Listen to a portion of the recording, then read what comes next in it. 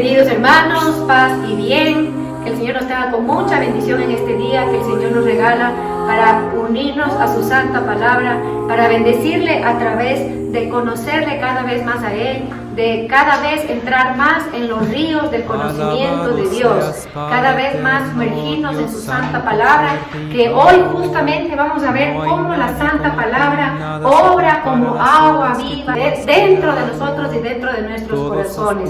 Vamos a empezar como siempre con una pequeña oración, invocando al Padre, al Hijo, al Espíritu Santo. Padre bueno, Padre de bondad, Señor Jesucristo, Espíritu Santo Paráclito, un solo Rey, un solo Dueño, un solo Señor. Te invocamos en este día, Señor, para que nos envíes el Espíritu Santo Paráclito, para que este día todo lo que veamos en tu santa palabra se haga carne en cada uno de nosotros, para que todo lo que tú nos enseñes por medio del Apocalipsis sea para nosotros vida, sea para nosotros alegría, sea para nosotros esperanza. Bendiciendo tu santo nombre, Señor, en tu nombre poderoso, empezamos este día de formación en el nombre del Padre, del Hijo y del Espíritu Santo. Amén, amén. Entonces seguimos nosotros ahora que Apocalipsis capítulo 21, estábamos viendo ya cómo en el capítulo 20 quedó Satanás, el falso profeta, y quedó ya atado en el lago de azufre para toda la eternidad. Después vimos en el capítulo 20 cómo vino el juicio final, y en el juicio final todos los que habían no elegido al Señor, ni seguir su palabra, ni seguir su ley, también fueron a este lago de azufre eterno. Esto vimos en el capítulo 20. Vimos cómo el Señor se venía como un justo juez y que su trono mismo era donde llevaba a todos sus hijos que estaban a su diestra, lo llevaban al lado del trono, y desde ahí no sabemos, dice la iglesia, cómo desaparece el mundo que conocemos hoy, y viene ya capítulo 21, versículo 1, cielo nuevo y tierra nueva. La iglesia nos dice que no sabemos cómo será esa transformación. Hablábamos que el apóstol Pedro, en su epístola, en la primera epístola, en el capítulo 3, él hablaba y decía que esa transformación del cielo nuevo y tierra nueva será por fuego, y que esta transformación por fuego no necesariamente es algo físico, pero puede ser algo espiritual. Por eso la iglesia dice, no sabemos cómo va a ser este cambio de la tierra como vemos a la tierra nueva y cielo nuevo. Esta tierra como conocemos será entonces transfigurada, así como nuestros cuerpos serán transfigurados en la resurrección, en el juicio final, y que tendremos estos cuerpos gloriosos. También la tierra tendrá, digamos, si se puede decir, cuerpo glorioso, materia gloriosa. Por eso no sabemos cómo es. Sabemos que se eleva el cielo, y no solamente el cielo, la tierra, el universo entero, que será transformado, se va a elevar como al cielo, digamos. Y del cielo va a bajar, vemos esto en el capítulo 21, versículo 2 del Apocalipsis, cómo baja desde el punto de Dios la nueva Jerusalén, la ciudad santa a la cual todos nosotros estamos peregrinando y todos estamos caminando. Así como estamos viviendo hoy, viviendo estos misterios de la Pascua, de la resurrección, como sabemos todos, Pascua significa Pesaj en hebreo, ¿no es cierto? Y Pesaj significa paso. ¿Paso de qué? Paso, todos conocemos, que el pueblo salía de Egipto, que representa Egipto a todo lo que es lo mundano, todo lo que tiene que ver con la vanidad, todo lo que tiene que ver con lo que no agrada a Dios y que no da culto a Dios. Y es el lugar, esta representación de Egipto del mundo, el lugar donde salen todas las idolatrías que hoy vamos a ver cómo el Señor nos lava a través del agua viva que Él nos promete. Eso es lo que vamos a ver justamente el día de hoy. Entonces el pueblo, como ustedes conocen, pasa el Mar Rojo y se va al desierto, que es el lugar de la manifestación de Dios en medio del mundo. ¿Cuál es el desierto ahora? El desierto ahora es la Santa Iglesia Católica. Ese es el desierto en la cual los hijos caminan, como caminar en el desierto, así como el pueblo de Dios llegó 40 años después a la Jerusalén que está en el Estado de Israel, nosotros también caminaremos en la iglesia en el desierto hasta el final de los tiempos, donde llegaremos a la nueva Jerusalén. Es igual, los símbolos son los mismos, y ahora cuando nosotros decimos felices Pascuas, lo que tenemos que estar es viviendo el misterio, y no decir de boca para afuera, sino viviendo el misterio de ese paso. ¿Y cómo hacemos ese paso? Así como los israelitas, y esto leemos en el Éxodo capítulo 2, los israelitas clamaron a Dios para que les saquen de la esclavitud. Ese clamor debería haber sido puesto en nuestra boca durante los 40 días de la Cuaresma, para que ya en este tiempo festejar verdaderamente ese paso que nos saque de las cosas del mundo, de las vanidades del mundo, para entrar en este camino de desierto. ¿Por qué desierto? Si desierto parece que es un lugar que no es bonito, porque no hay nada, pero en el desierto justamente es donde se manifiesta la potencia, el amor, el brazo poderoso de Dios, donde se ve en el desierto, que ustedes recuerden que el Señor puso la columna de nube para guiarles durante el día y la columna de fuego para guiarles durante la noche. ¿Cuál es la columna de fuego y cuál es la columna de nube ahora en el desierto, iglesia? Es el Espíritu Santo Paráclito. Es el Espíritu Santo que va acompañado durante esta peregrinación hacia la ciudad celestial, hacia la ciudad santa de Dios, que ya no va a ser ciudad construida por hombres como la primera Jerusalén, donde se hizo un templo, un santuario construida por hombres para dar culto a Dios, y por eso Jerusalén se le conoce como la ciudad santa. También se le conoce como la ciudad de Sión, del monte Sión, y se le conoce también a esta ciudad como la ciudad del Dios vivo. Pero todo eso nos habla de la nueva Jerusalén, que es lo que estamos viendo ahorita en el capítulo 21 del Apocalipsis. Ese es nuestro fin, el final de nuestras vidas. Y esa es la esperanza que todos tenemos. Y sabemos que todos, por eso es importante vivir en comunidad. Y nosotros, ¿por qué? Porque caminamos juntos, así como el pueblo de Israel caminó por el desierto, la iglesia también camina junta en comunidad hacia la nueva Jerusalén. También, ¿qué pasaba en el desierto? En el desierto del Éxodo, ¿qué sucedía? También el Señor hizo caer del cielo el maná, como ustedes conocen, es el pan del cielo. Y cuando Jesús, en el discurso eucarístico de Juan 6, Él dice: yo soy el pan bajado del cielo. También tenemos nosotros maná, que es la Santa Eucaristía, ¿no? Y que el mismo Señor dice: ese pan, con ese pan que comieron los antepasados, perecieron los antepasados. Con este pan que yo les doy, tendrán vida eterna, ¿no? Entonces sí ven que estamos en el desierto de la misma manera, pero ya con todas esas figuras del Antiguo Testamento hechas realidad y hecho ya con profundidad espiritual. Es muy diferente, ¿no es cierto?, al pan, al maná que bajaba del cielo, a la Santa Eucaristía.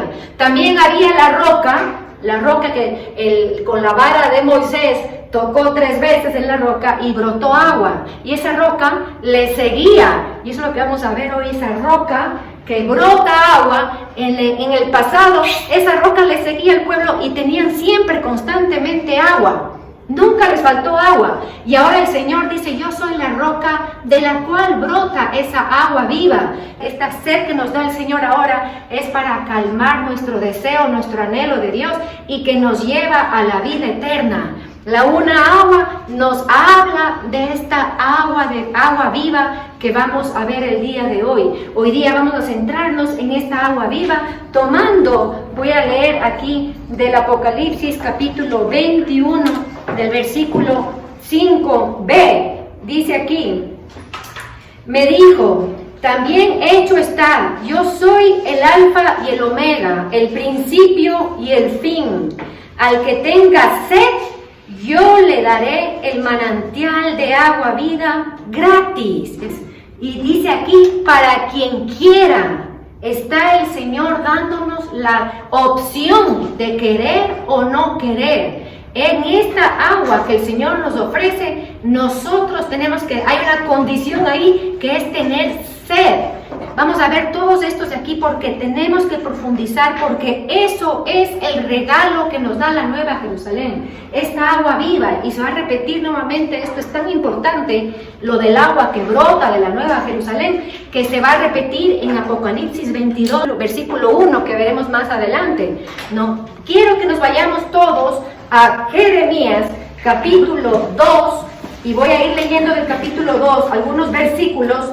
Específicamente nos vamos a centrar en el versículo 13, pero vamos a ver algunos versículos que nos habla de cómo el Señor utiliza este mismo lenguaje del agua para hablarnos como habló también a su pueblo. En el tiempo de Jeremías era el tiempo que el pueblo estaba fuera de la ciudad santa, no tenían templo, no tenían dónde adorar, no tenía dónde poner sacrificio. Estaban viviendo, como ustedes saben, en las riberas del río de Babilonia, que nosotros tenemos hasta un salmo, hasta un canto tienen los israelitas, donde cantan su aflicción por estar lejos de la ciudad santa, ¿ya? Pero ¿qué le sucede? Aquí a través del profeta Jeremías, aquí el Señor nos dice, y nos dice esto para cada uno de nosotros, porque sabemos que no estamos estudiando historia, estamos estudiando para mí, para ahora, para que nos sirva para cada uno de nosotros. Aquí el Señor, por el profeta Jeremías, nos dice que 2 males ha cometido mi pueblo, dice aquí el versículo 13, 2 males ha cometido mi pueblo. Vamos a ver de qué está diciendo, porque esto nos va a llevar a este versículo que acabamos de leer del Apocalipsis 21, donde nos dice que nos van a dar de beber si tenemos sed, solamente si tenemos sed, y que nos van a dar esta agua gratis. Qué raro, ¿no? Que nos diga gratis. Eso es lo que vamos a ir viendo con la palabra de Dios para profundizar en este tema bellísimo del agua, de esos ríos que brotan del trono del Cordero. ¿Qué dice aquí entonces Jeremías capítulo 2? Dice en el versículo 5, así dice Yahvé, ¿qué encontraban vuestros padres en mí de torcido? En este tiempo que está el pueblo alejado de la ciudad del Dios vivo, es el tiempo también de los Baales. ¿Qué son los Baales? El Baal era el dios de los cananeos. Entonces, ¿qué estaba haciendo el pueblo? Yéndose con otros dioses. Baal en su raíz etimológico también significa marido. Por eso significa esto, irse con otros maridos. Y aquí el Señor en la palabra le pone el irse con otros maridos, que significa irse con otros dioses, ¿no? Le pone y le equipara al agua, ¿ya? Vamos a ver cómo yo entonces puedo tener 2 tipos de agua dependiendo si tengo sed o no, ¿ya? Si tengo sed o no, esto es impresionante. Solo tener sed es lo que necesitamos. ¿Qué dice aquí entonces? Dice, se alejaron de mi vera. ¿Qué significa mi vera? De mi camino, ¿no? De mi camino. Y yendo en pos de la vanidad, se hicieron vanos, ¿ya? Aquí, si ustedes ven en la Biblia de Jerusalén, está con B mayúscula, vanidad. ¿Por qué? Porque no es algo que digamos que esto es un pecado, un error, una inclinación al... No, está con B larga porque nos está diciendo que es un ídolo, que es un dios, y se convierte y se puede convertir en un dios si nos dejamos tomar por esa vanidad. ¿Por qué se apartó el pueblo del camino de Dios? Por este ídolo, por este Baal que se llama vanidad con B grande. Con B grande. ¿Qué hace eso? Que te alejes del camino. No está hablando solamente de la vanidad física, sino está hablando de la vanidad interior. ¿Y cuál es la más grande vanidad? Creer que uno puede vivir sin Dios. Creer que uno puede decidir su vida fuera de los preceptos y los caminos de Dios, fuera de su santa palabra. Esa es una vanidad terrible, y por eso aquí pone el Señor aquí la palabra con B grande. Dice, y se hicieron vanos, ¿ya? Y dice aquí, ¿y dónde está Yahvé que nos subió desde Egipto? Nos sacó de Egipto. Dice, y nos llevó por el desierto, a la estepa, a una tierra seca y sombría. Lo mismo nosotros, si estamos con esta agua de la vanidad, ¿ya? De creer que nosotros podemos vivir sin Dios, fuera de Dios, sin dar gloria a Dios, vamos a caminar en el nuevo desierto, que es la iglesia, pero vamos a ver como están diciendo aquí. ¿Qué dice aquí la palabra? Como una tierra seca y sombría. ¿Qué significa esto espiritualmente? Porque es lo que nos importa a nosotros, ¿no es cierto? Dice como una tierra seca y sombría. Lo mismo, aquí nosotros como católicos, hijos de la iglesia, caminando en este desierto donde el Señor pone este fuego, esta columna, esta nube, esta columna de fuego, que pone los sacramentos, que pone a María Santísima, que pone la Eucaristía, que pone la comunidad, que nos pone todo, podemos verla como una tierra sombría y como una tierra seca. Y podemos estar en medio de la iglesia y podemos venir a la misa, pero vivir como que estuviera seco. Y podemos vivir en queja, como vivían los israelitas en un tiempo, cuando comenzaron a apartarse. Ahí entró esa vanidad con B larga. Aquí en la palabra de Dios sabemos y conocemos que cuando está con mayúscula es el nombre propio de algo, ¿no es cierto? En este caso, vanidad, nombre propio de ¿qué? De un espíritu cual caído, ¿ya? Ese es el que entra dentro de nuestro corazón y nos hace no anhelar y no desear y no tener esa sed. Por eso es gravísimo, y por eso quise empezar todo esto con esto de Jeremías. Es gravísima esta vanidad que aparentemente, posiblemente, nosotros creamos que no tenemos, ¿no es cierto? Porque de corazón queremos servirle a Dios, amarle a Dios, bendecirle al Señor, pero posiblemente lo estemos haciendo de boca para afuera, porque nuestra vida es una vida pagana. ¿Qué significa una vida pagana? Una vida que está dirigida por las cosas del mundo, cómo el mundo se mueve, y encajo, mi vida y yo encajamos muy naturalmente en el mundo, y ahí se va a convertir la iglesia hasta en un obstáculo. El nuevo desierto donde está, en vez de nosotros ver lleno de bendiciones la iglesia, vamos a ver como lleno de mandamientos, lleno de opresión, lleno de cosas que me pone la iglesia. Qué aburrido, no puedo hacer esto, no puedo hacer lo otro, no puedo vivir como yo quiera. No, me pone horarios, me pone días para reunirme. No quiero vivir como yo quiera.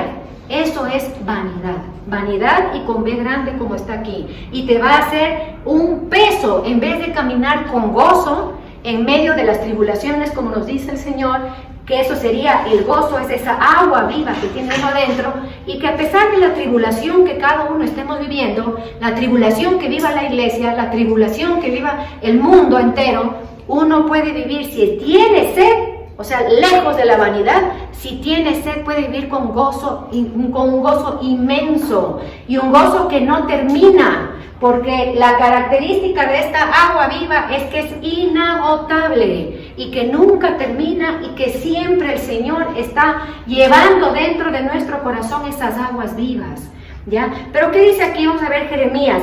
Vamos a seguir con Jeremías porque esto es un examen, digamos, un examen para cada uno de nosotros, ¿no? Nos dice aquí, entonces, por tierra seca y sombría, una tierra intransitada, ¿ya? ¿Qué hace el Señor con los hijos de Dios que se mantienen en el camino y que solo le buscan a Él y que son cristocéntricos? Cristo en el centro, como nos dice el Concilio Vaticano II. No Padre Pío céntrico, no sé, cualquier santo, sino Cristo céntrico, porque Él es la resurrección y la vida y el camino. Él es el que nos está ofreciendo esta agua viva, ¿ya? Cuando nosotros vivimos así, vamos a tener en el desierto, que sabemos que es un camino estrecho, como nos dice el Señor en el Evangelio, entremos por el camino estrecho, no es un camino ancho, que todo va a ir bien, que todo es maravilloso, y ahí va a cambiar para nosotros el concepto de bendición, que esto es importantísimo, ¿ya? Importantísimo. Nosotros cuando estamos aquí, la figura de cisterna, ya que vamos a leer un momentito más aquí en Jeremías, cuando estamos ahí, nosotros creemos que bendición de Dios es tener todo en el mundo. ¿no? Tener todo perfecto en el mundo, el esposo, la esposa, el hijo, la hija, el carro, la casa, y eso no es bendición de Dios, ¿ya? Y ahí nosotros no estamos con sed del agua viva y no estamos siendo regados por el Espíritu Santo y por la palabra de Dios, que es el agua viva. No estamos. El que tengamos algo en la tierra, sí, por supuesto, todo viene de Dios y puede ser una bendición, pero no es vivir en bendición de Dios. Esto nos dice claramente Deuteronomio capítulo 30, versículo 15, ¿ya? Nos dice claramente ahí que la bendición es escoger la vida y no la muerte. Es vivir en los caminos de Él, en los preceptos de Él. Y ahí le dice, si tú vives así, tendrás bendición. ¿Qué es bendición? Entonces, es vivir con el Señor, para el Señor, por el Señor. Se convierte nuestra alegría el Señor y se convierte en nuestra razón de vida el Señor. Eso es vivir en bendición. De ahí si tengo o no tengo algo en la tierra, bendito sea Dios de las dos formas. Entonces la gente jura que es bendición, es tener todo, todo. Entonces, ¿qué significa? Que esa persona está, todo su ser está anclado en la tierra. Todo su ser está tomando no de las aguas vivas, porque las aguas vivas te llevan a tener a Cristo en el centro y que sea tu mayor bien el Señor. Entonces dice aquí el Señor, ¿no? Dos males han hecho, ¿ya? Dejarle a Él uno y después hacerse cisternas con esa agua que no se retiene. La cisterna para nosotros, como digo, es esa agua que nosotros ponemos, aunque sea que digamos que tenemos buena intención, ¿ya? ¿Qué es hacerse la religión a mi medida? Dios a mi medida, ¿no? Ahí estás llenando tu propia cisterna, tú solito. ¿Y qué va a estar en esa cisterna? Ya vemos aquí que nos enseña la palabra vanidad con B grande. La vanidad con B grande, que va a entrar esos ídolos que son todo lo que reemplace a Dios. Y Dios es algo que yo le tengo, sí, Dios. Yo de boca para afuera digo, Dios es lo máximo, le amo, es todo para mí, pero vivo como yo quiera. No vivo bajo la ley de Dios, no vivo como me dice Deuteronomio 30, que decía, que mencionaba hace un momento, que es seguir su camino, elegir la vida, elegir sus mandamientos, sus preceptos, y como nos dice el Salmo 119, versículo 105, nos dice que su palabra es antorcha en nuestra vida.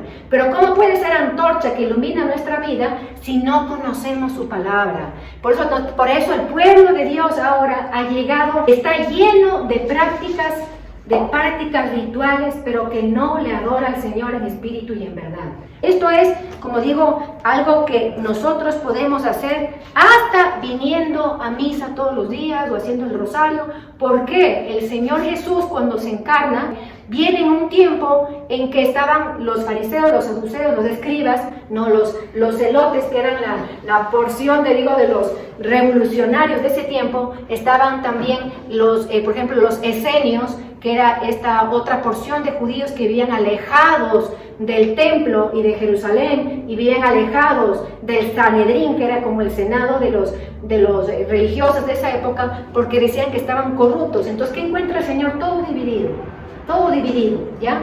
¿Qué es? Los fariseos, por ejemplo, ¿en qué se diferenciaban con los escribas? Que los fariseos creían, por ejemplo, en la resurrección de los muertos, y los escribas no creían en la resurrección de los muertos. Así estaba. ¿Y cómo estaban los fariseos? Tanto así que para nosotros se convierte casi en mala palabra fariseo, ya por cómo el Señor les exhorta. Pero así es como vivimos la mayoría de personas ahora la religión, el nuevo desierto, y lo que estamos caminando a la Nueva Jerusalén. Ni sabemos que estamos caminando a la Nueva Jerusalén, porque ni conocemos, ni entendemos. Lo mismo cuando el pueblo se daba vuelta 40 años y lo que hicieron es quejarse. ¿Por qué? Porque sus ojos estaban a las cosas de aquí y de ahora, a las cosas temporales. Y eso es como vivimos también en la iglesia muchas personas. ¿Por qué decimos que somos los nuevos fariseos? Porque pues los fariseos eran los que conocían perfectamente la palabra de Dios y la ley de Dios. No cometían pecados mortales. Entonces aquí nos podemos identificar plenamente con un fariseo de la época. Ellos hacían todo, absolutamente todo lo que el Señor les pedía, así como se dice en inglés, by the book, así sin salirse un milímetro. Y aquí podemos encontrar muchos católicos así. ¿Qué dice el Señor de los fariseos? Entre muchas cosas que le dice, me impresiona, esto está en Mateo capítulo 15, versículo 8, Él dice, claramente dice, ellos me alaban con los labios, pero su corazón está lejos de mí.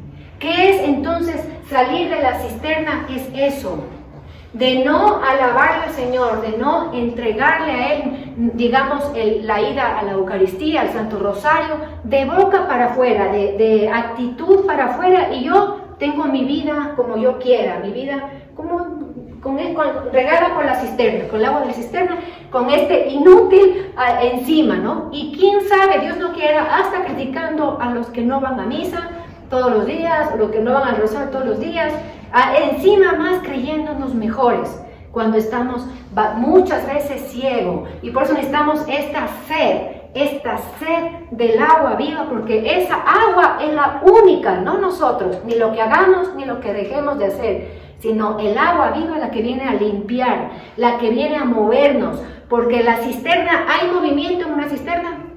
No. ¿Qué pasa con una cisterna a los finales? El agua se estanca, ¿no? Y como dices, eso como le he dicho muchas veces como ejemplo, que está en el profeta Ezequiel cuando habla de las aguas que se encuentran con esta agua estancada, y esta agua estancada, puesta así, vivida la fe de esa forma, vivida digamos, con estos ídolos, que como digo, puede ser esposo, hijo, trabajo, éxito, la plata en el banco, quién sabe cuántos ídolos podemos tener, hay diferentes formas de éxito, de ideologías.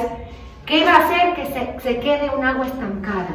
¿Qué necesitamos todos nosotros? Yo creo que en eso está la humildad que debemos tener todos, y no decir, no, pues yo soy una fuente, un manantial de agua que brota. Debemos ser, porque eso nos dice el Señor, esa es su palabra que nos ofrece. Pero nosotros podemos decir, ven, Señor, me hice una cisterna. Que me hice una cisterna, me convertí en pueblo vano, como decía aquí en Jeremías. Me convertí como esos fariseos, escribas, que todo cumplían perfectamente, pero les dijo el Señor, sepulcros blanqueados. ¿Qué nos quiere decir con eso? Por afuera podemos aparentar ser los grandes religiosos, los grandes espirituales, pero por dentro estemos con muchas cosas que nos están corrompiendo, que como puede ser ya solamente el juzgar a los demás. Y que así nunca vamos a llegar, nunca vamos a ser canales para que llegue el agua viva al esposo, a los hijos, a la gente que esté alrededor nuestro, ¿no?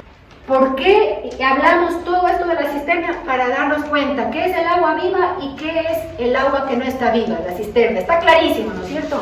Jeremías nos ayudó a entender muy claramente estos dos tipos de agua. ¿Qué es agua viva? Ya naturalmente hablando, no, digamos, no de la Biblia, es cuando un río está alimentado de muchos canales que entran, entonces nunca esa agua se va a estancar.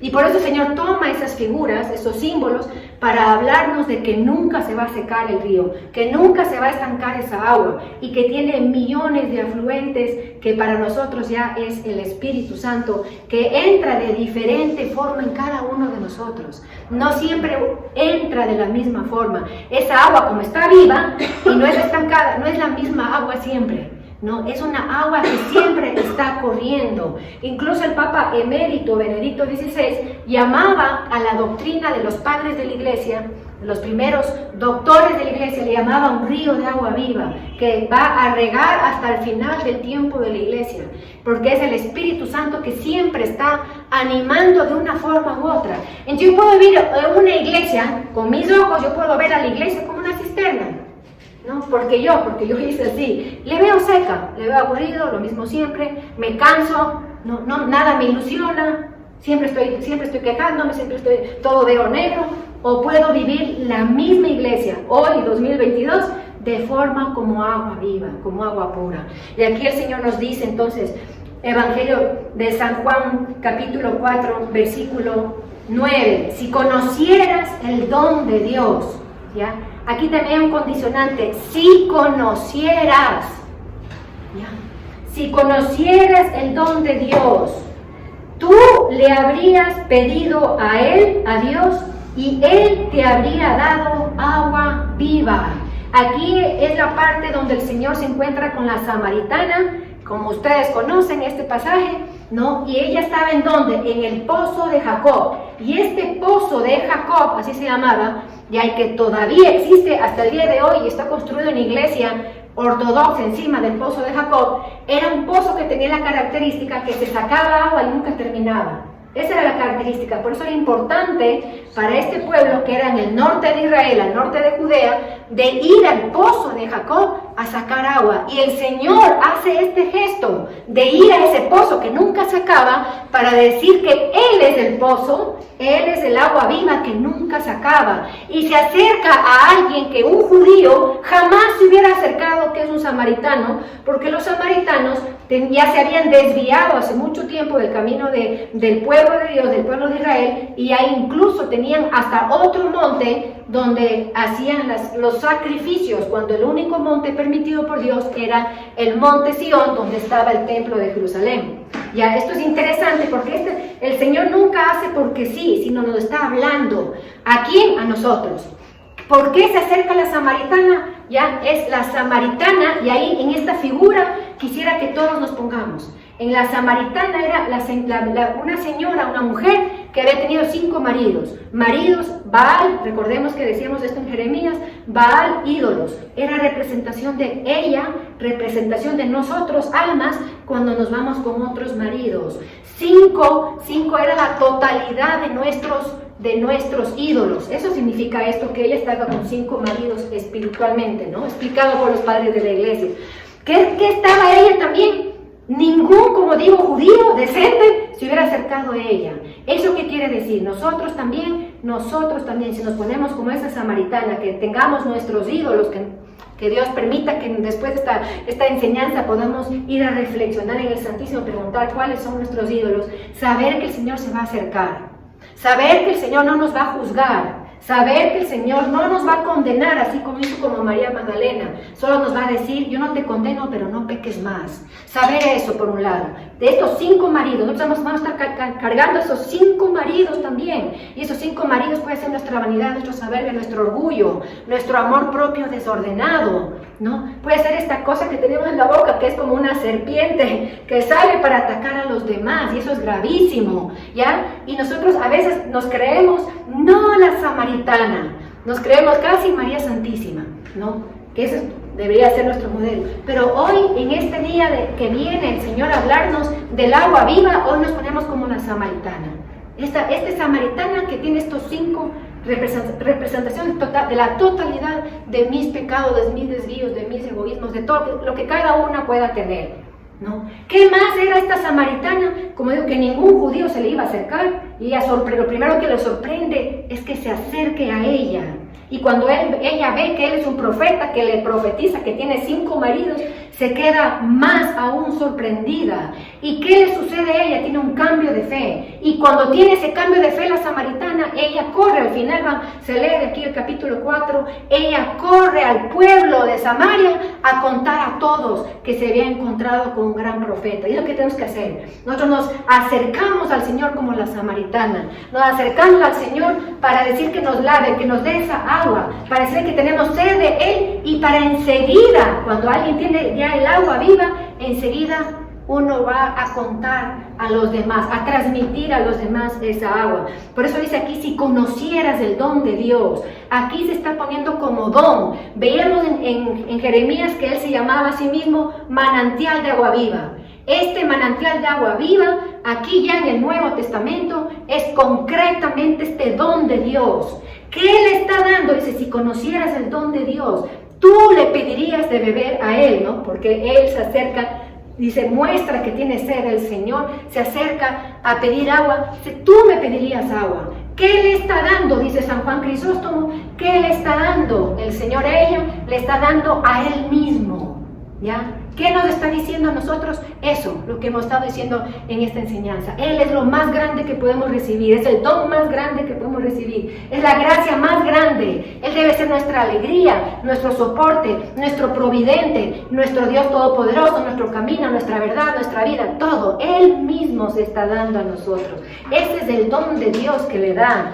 Y después aquí, ya en el versículo 14, dice aquí, ¿no? Todo el que beba de esta agua, del agua de la cisterna, del agua que la voluntad mía elegí, pero que hoy vamos a cambiar de elección, ¿no? Dice aquí, todo el que beba de esta agua, dice, volverá a tener sed, pero el que beba del agua que yo le dé, no tendrá sed jamás, sino que el agua que yo le dé se convertirá, ¿qué cosa dice aquí? Esto es importantísimo, impactante, maravilloso. Dice, Él mismo se convertirá en fuente. A eso es lo que estamos llamados cada uno de nosotros. No podemos andar con sequedades, no podemos andar en nuestra boca solo quejándonos de lo mal que está el mundo, la vida, la carecía, porque eso no es una manantial de agua viva, ¿sí o no? No podemos. No vamos a decir qué barbaridad, qué horror lo que pasa. No. ¿Qué nos está diciendo? Que seamos fuentes de agua viva. Y como fuentes, ¿cómo debe ser lo que sale de nuestra boca? ¿Qué es lo que debe salir de nuestra boca principalmente? Si somos fuente, ¿no? Aquí dice, aquí claramente, se convertirá en Él, en una fuente de agua que brota para la vida eterna. ¿Qué les parece?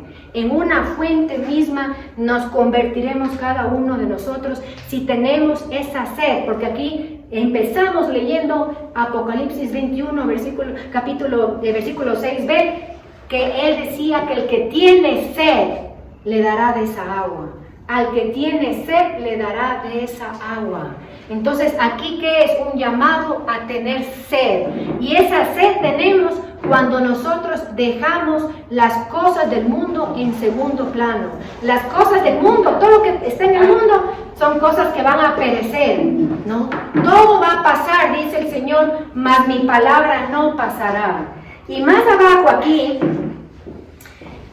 el Señor en el versículo 23, Evangelio de San Juan 4:23, nos da la clave de cuando somos fuentes ya, cuando ya dejamos de ser cisternas, cuando nos comenzamos a vaciar de nosotros mismos y nos comenzamos a llenar del agua viva. ¿Qué dice aquí el Señor? Dice, pero llega la hora, y estamos en ella, dice aquí, en que los adoradores verdaderos adorarán al Padre. Y aquí dice la clave, en espíritu y en verdad.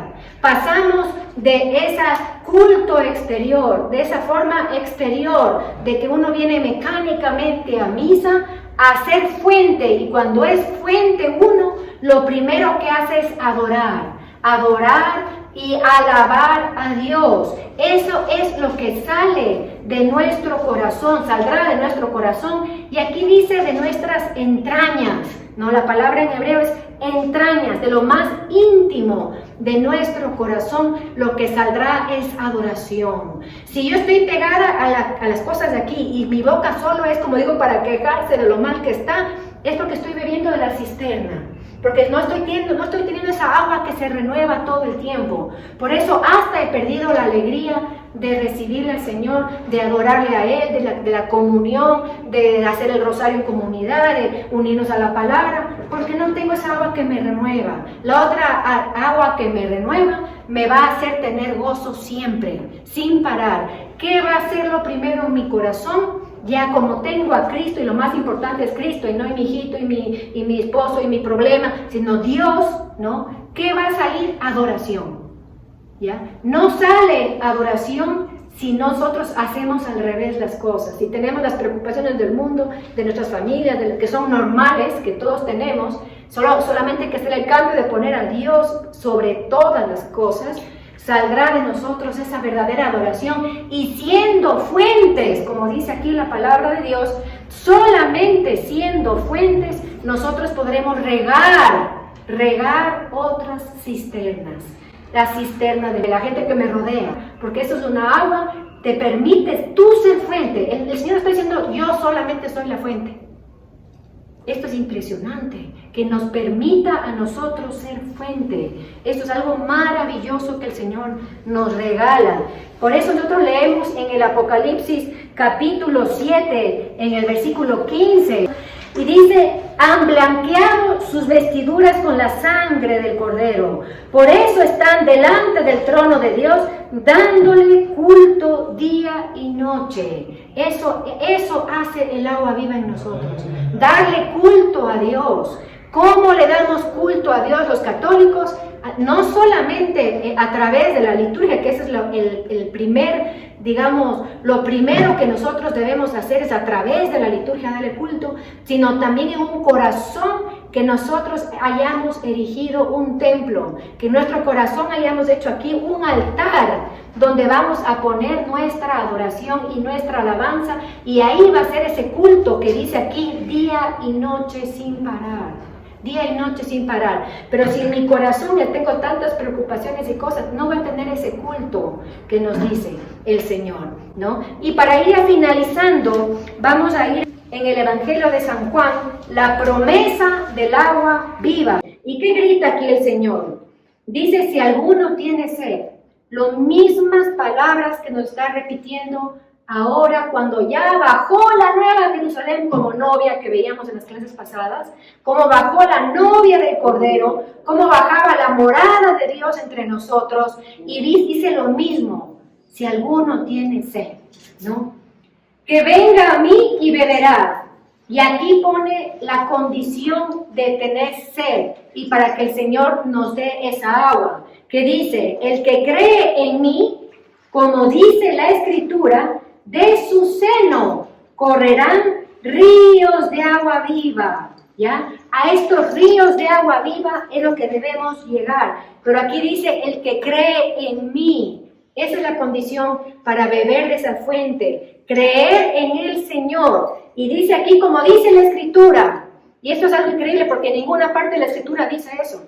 Aquí se dice, como dice la Escritura, y en ninguna parte de la Escritura dice esto. ¿Ya? ¿Cómo interpretan, por ejemplo, San Juan Crisóstomo, San Agustín? Lo que dice es que esa fuente de agua viva, esta agua viva, este manantial de agua viva, es la palabra de Dios, la Escritura, por un lado, y por otro lado es el Espíritu Santo Paráclito. Eso es el agua viva.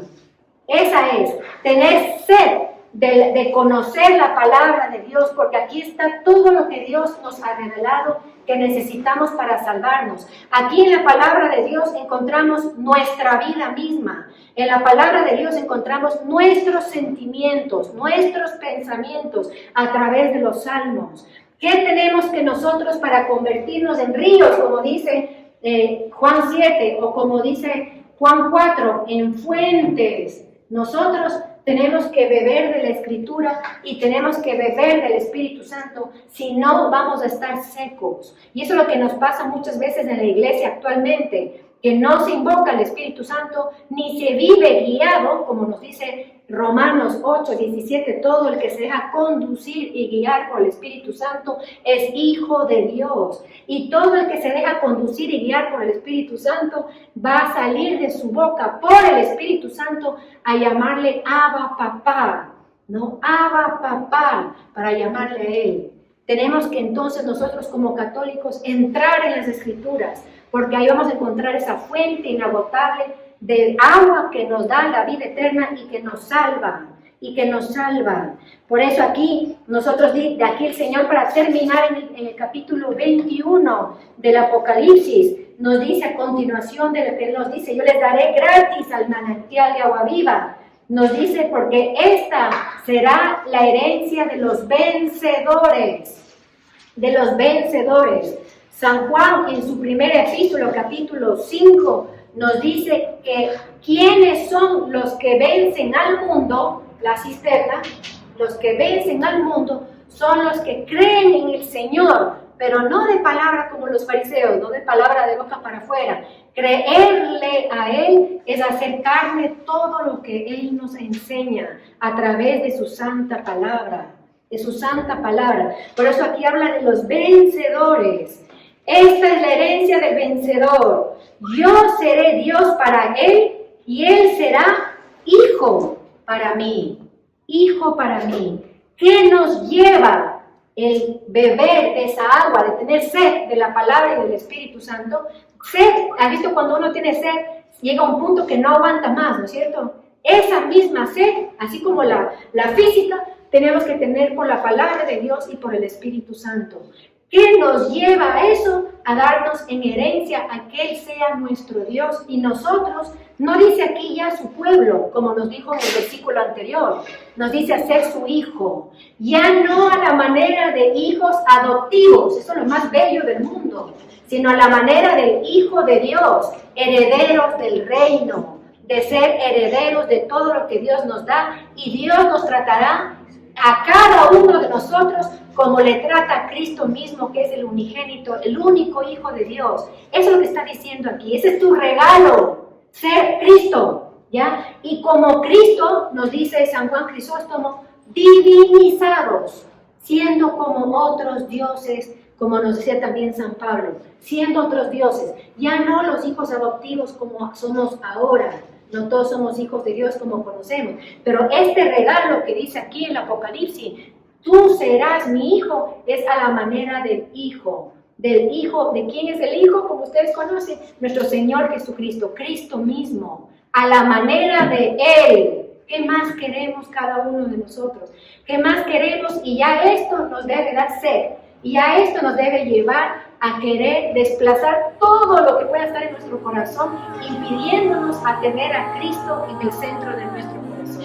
Entonces vamos a dar gracias al Señor, le vamos a bendecir su santo nombre, vamos a adorarle por esta palabra que nos ha regalado, le vamos a dar gracias por todo lo que Él hace, por todo lo que Él hace en nuestros corazones a través de esta palabra, bendiciendo el nombre de nuestro Señor Jesucristo, alabándole ahora y siempre. Le decimos, alabado sea Jesucristo, por siempre sea bendito y alabado. Amén. Aleluya. Toda la gloria a nuestro Rey, dueño y Señor.